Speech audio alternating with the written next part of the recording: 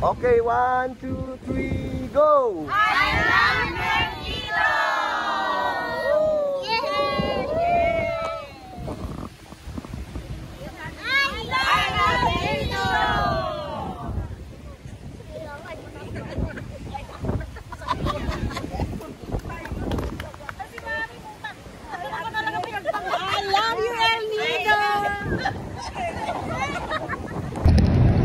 O, yan po pinupuntahan naman namin ngayon ay Papaya Beach.